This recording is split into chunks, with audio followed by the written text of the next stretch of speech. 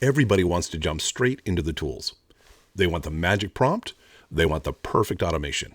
They want the AI shortcut that suddenly makes all of their marketing faster, smarter, cheaper, and somehow brilliant overnight. And I get it. That's the fun part. But here's the problem.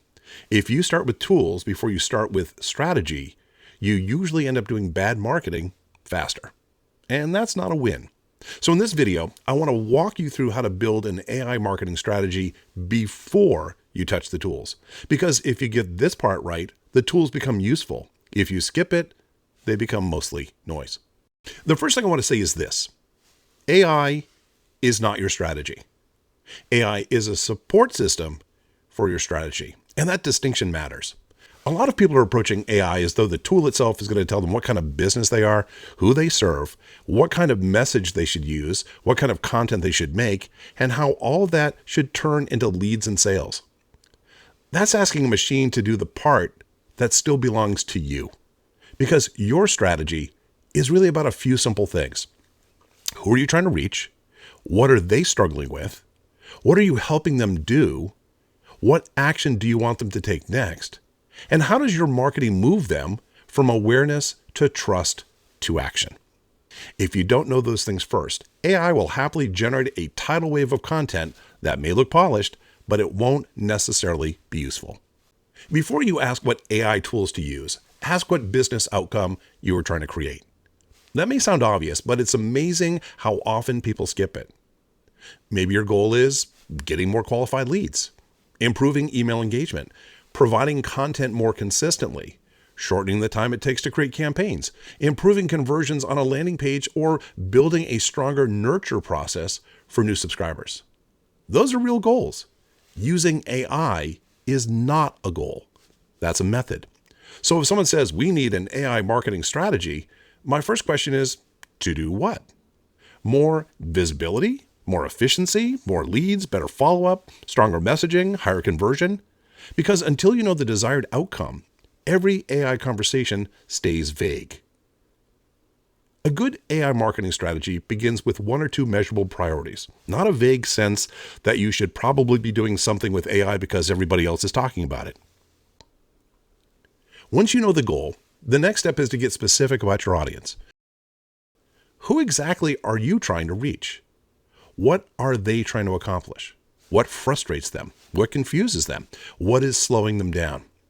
What words do they use to describe the problem? Because AI can help you generate messaging, content ideas, lead magnets, email sequences, and campaign drafts. But all of those things only get sharper when they're aimed at a clear audience with a clear pain point.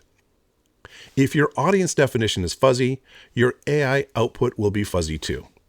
That's one of the hidden truths of this whole space. Bad inputs create bland outputs. Shallow strategy creates shallow content.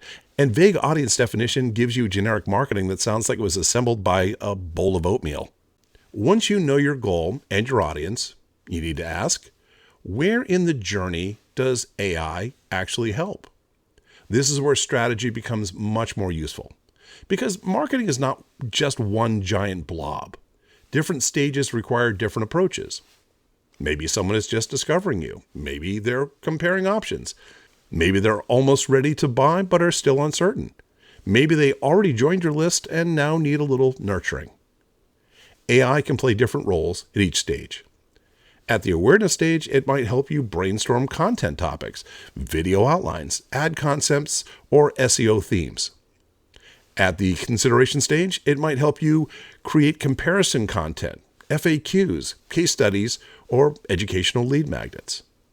At the conversion stage, it might help you improve landing page clarity, sharpen calls to action, or draft better email follow-ups. And after the conversion, it might help you onboard, nurture, or segment people more effectively. The mistake people make is trying to use AI everywhere all at once. That gets messy fast. A stronger approach is to say, where is the friction? Where are we slow? Where are we inconsistent? Where are we losing people? Where would assistance actually matter? That's strategy. This part matters a lot to me. Not everything should be handed over to AI. And frankly, some of the worst marketing online right now comes from people who think efficiency is the same thing as effectiveness. It isn't. There are parts of your marketing that should remain strongly human-led. Things like brand point of view, ethical judgment, audience empathy, story selection, final editorial voice, offer design, relationship building, and big picture decision making. AI can assist with drafts, structure, options, summaries, brainstorming, and speed. But it should not be the sole author of what your business believes, how your brand sounds, or what promises you make to real people. If your marketing strategy turns into let the machine decide, you're probably building a volume machine, not a trust machine. And trust is still the thing that matters. Once you've done all of that, now you can start talking about actual use cases. Not 50, not every possible shiny object. A few. Maybe your first use cases are content ideation for weekly posts, first draft email writing, lead magnet outlining, landing page refinement, repurposing long-form content into short-form pieces, or summarizing campaign performance for review. That's enough to get moving.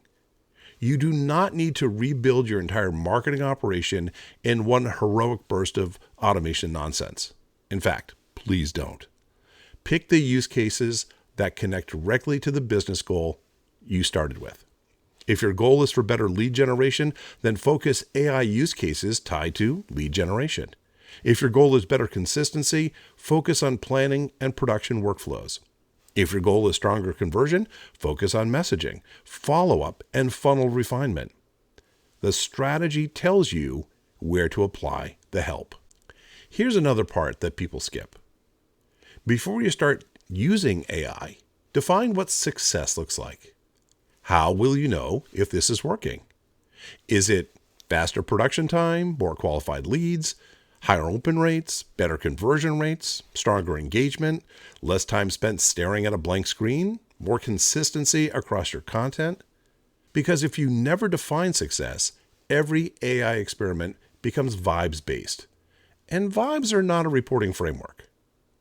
You don't need a huge analytics infrastructure for this. You just need enough clarity to say, we tried this.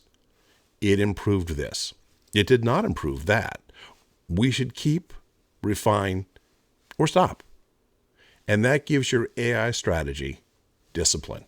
And now finally, you can start evaluating tools. Notice how late this comes in the process? Tools should be selected based on the strategy you already built. Not based on hype, not based on a viral post, not based on someone yelling that this one extension or platform will change your life before lunch. You choose tools by asking, does this help us support our goal? Does it fit our workflow? Does it save meaningful time? Does it improve quality? Does it still allow us to sound like ourselves? Can our team realistically use it? And is it solving a real problem, or is it just giving us more stuff to manage? That's a much healthier way to approach AI, because now the tool serves the strategy instead of the strategy bending itself around the tool. So let's pull this whole thing together. If you want to build an AI marketing strategy before touching any tools, here's the sequence. Start with the business goal. Define the audience and the problem.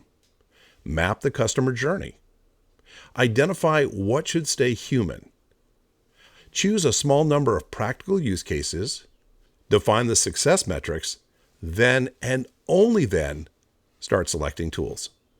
That is how you build something useful. Not flashy, useful. And honestly, useful beats flashy a lot more often than the internet likes to admit. If this kind of practical strategy-first approach to AI-driven digital marketing is helpful to you, that's exactly the kind of work we do here at Gravity Clamp. We're not just interested in using AI because it's trendy. We're interested in helping businesses use it well, with more clarity, better messaging, stronger systems, and a more human approach to marketing. So, if you'd like more resources, more training, and more guidance on how to build smarter marketing with AI, head over to gravityclamp.com and take a look at what we're building there.